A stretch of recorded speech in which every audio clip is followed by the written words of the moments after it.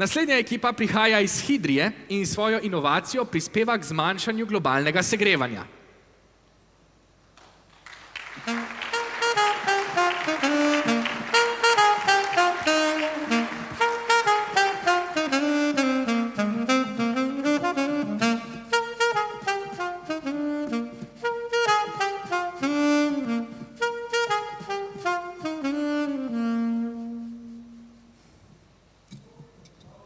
Kako je na razvoju elektronike? Ja, super, pravkar razvijamo novo elektroniko. Kako pa je pri vas v konstrukciji? Ja, odlično, skozi se nekaj dogaja. A veš, kaj sem zjutraj prebral? Prebral sem, da največja evropska termoelektrarna proizvede samo 1 promil vse električne energije, ki se jo porabi v svetu.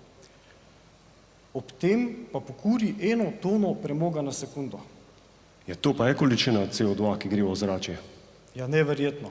Pa veš, da 15% vse energije, ki se jo porabi, odpade na ogrevanje, hlajenje in klimatizacijo. V ta segment pa spadajo tudi naši ventilatorji. A si predstavljaš, koliko hrupa povzročijo vse te naprave?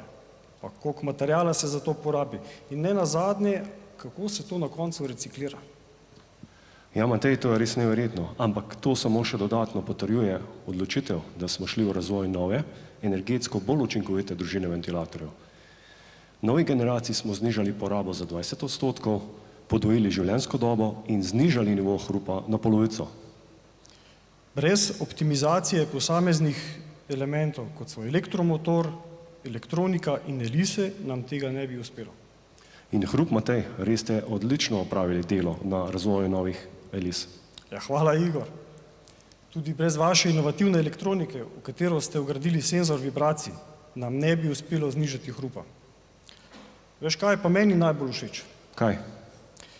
Všeč mi je, da nam je z inovativno rešitvijo uspelo pohladiti vse ključne komponente ventilatorja. S tem pa smo dejansko podvojili življenjsko dobo. Rešitev pa nam je uspelo tudi patentirati. Ampak to gotovo še ni vse, saj gre za zelo inovativen in zelen izdelek. Tako je. Brez tima elektronikov, mehanikov, testnih inženirjev, ne nazadnje tudi naših prodajnikov in nabavnikov, ne bi uspešno zaključili projekta.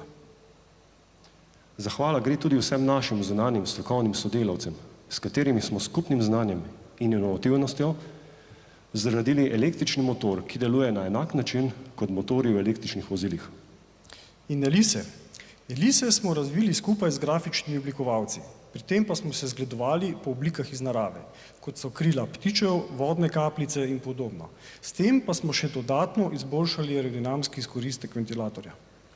Celoten ventilator pa lahko brezžično povežemo s pametno napravo, telefonom, ta pa nam na to javi, če je z njim kaj narobe in potrebuje popravilo.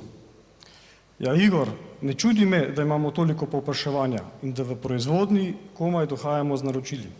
Ja, ampak to so sladke skrbi, ki bi jih bomo gotovo rešili. Tako je. Iskrene čestitke in obilo sladkih skrbi vam privoščimo. Gospod Šimonka, gospod Počivavšek, izvolite, da boste nagradili te lepe inovacije in seveda inovatorje, ki stojijo za temi rešitvami.